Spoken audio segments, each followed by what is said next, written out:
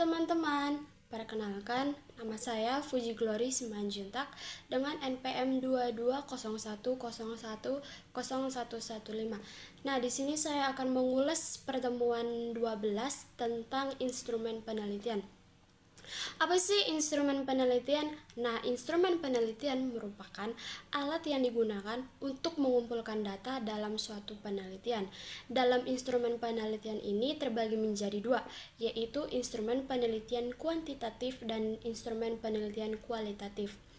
Instrumen penelitian kuantitatif merupakan alat yang digunakan untuk mengumpulkan data numerik atau data yang dapat diukur dalam suatu penelitian. Data numerik ini nantinya akan dianalisa secara statistik untuk menjawab pertanyaan peneliti yang telah ditetapkan. Nah, contoh instrumen penelitian kuantitatif ini yaitu tes, angket, kuesioner, dan survei. Tujuan dari instrumen penelitian kuantitatif ini yaitu untuk mengidentifikasi antar variabel. Nah, selanjutnya yaitu instrumen penelitian kualitatif. Nah, instrumen penelitian kualitatif merupakan alat yang digunakan untuk mengumpulkan data yang bersifat deskriptif atau gambaran yang kaya akan makna dalam sebuah penelitian. Instrumen penelitian ini bertujuan untuk memahami fenomena sosial dari sudut pandang seseorang. Contohnya, observasi, wawancara, dan studi dokumentasi. Instrumen kunci dalam instrumen kualitatif ini yaitu si peneliti itu sendiri, yang dimana si peneliti itu yang melihat dan mendengar secara langsung. Dalam instrumen penelitian ada yang dinamakan metode pengumpulan data. Nah, metode pengumpulan data ini merupakan cara yang digunakan si peneliti untuk mengumpulkan data dalam suatu penelitian. Nah, yang dimana itu ada observasi turun ke lapangan.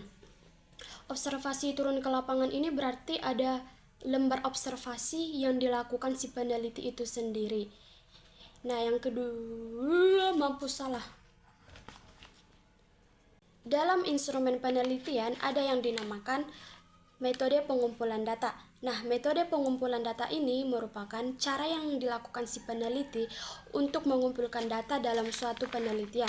Nah, yang dimana ada observasi, berarti ada lembar observasi yang dilakukan si peneliti itu sendiri. Selanjutnya yaitu wawancara mendalam, berarti ada kegiatan tanya jawab yang dilakukan si peneliti untuk mendapatkan informasi dari penelitian yang dilakukan. Nah, wawancara mendalam ini dilakukan secara sistematis dan mendalam. Nah, sebagai contoh yaitu hubungan gaya mengajar guru dan motivasi belajar siswa. Nah, dari judul ini kita harus tahu definisi operasionalnya itu apa sih? Nah, dari judul ini definisi operasional yang pertama itu yaitu gaya mengajar guru. Nah, gaya mengajar guru itu merupakan cara guru dalam menyampaikan suatu pembelajaran. Nah, definisi operasional yang kedua itu yaitu motivasi, yang artinya dorongan eksternal atau internal yang menyebabkan siswa semangat belajar. Nah, untuk mengukur motivasi belajar siswa dibuatlah dengan kuesioner atau daftar pertanyaan, yang dimana kuesioner ini jawabannya itu bisa tertutup, terbuka, dan bebas. Misal dari isi kuesioner itu yang pertama itu, apakah Anda selalu menyediakan waktu di malam hari untuk belajar? Nah, jawaban tertutupnya itu yaitu ya atau tidak. Nah, yang selanjutnya itu, jika ya, berapa jam Anda menyediakan waktu tersebut dalam belajar? Jawabannya itu 2 jam, 30 menit, 1 jam, dan 15 menit. Berarti itu memerlukan jawaban yang tertutup. Sementara angket merupakan alat yang digunakan untuk memperoleh keterangan berupa pernyataan yang ada pilihannya. Nah, contohnya itu, apabila guru memberikan tugas, saya selalu memberikan perhatian tinggi. Nah, jawaban dalam angket itu selalu, tidak selalu, dan sangat selalu.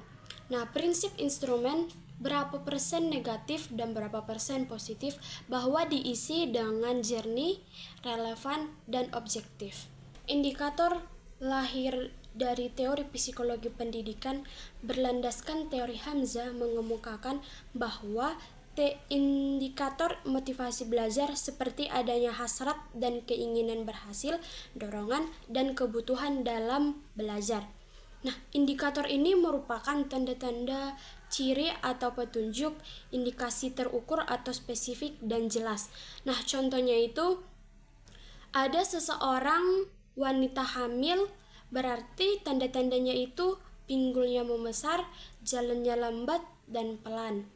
Begitu juga dengan motivasi belajar, adanya indikator atau indikasi atau tanda-tanda baik dalam indikator motivasi tinggi dan rendah yang ditentukan dalam kajian literatur atau kajian pustaka. Tes merupakan alat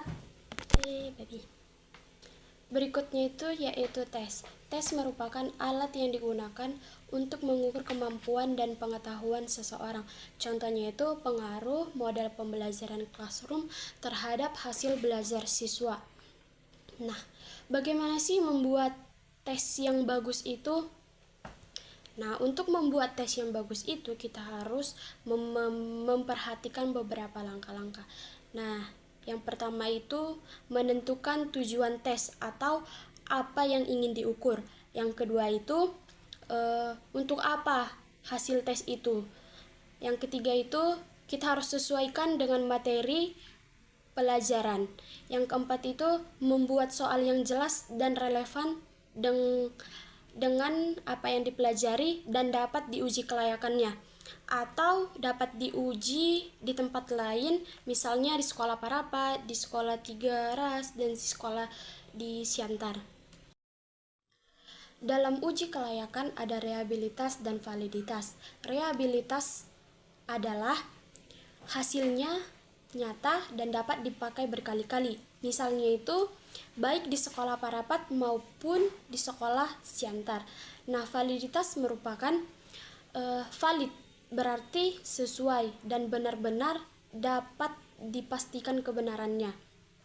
Misalnya itu mengukur perkalian 5 kali 6 sama dengan 30 dan 5 kali 3 sama dengan 15. Sekian dari ulasan materi saya tentang instrumen penelitian. Terima kasih.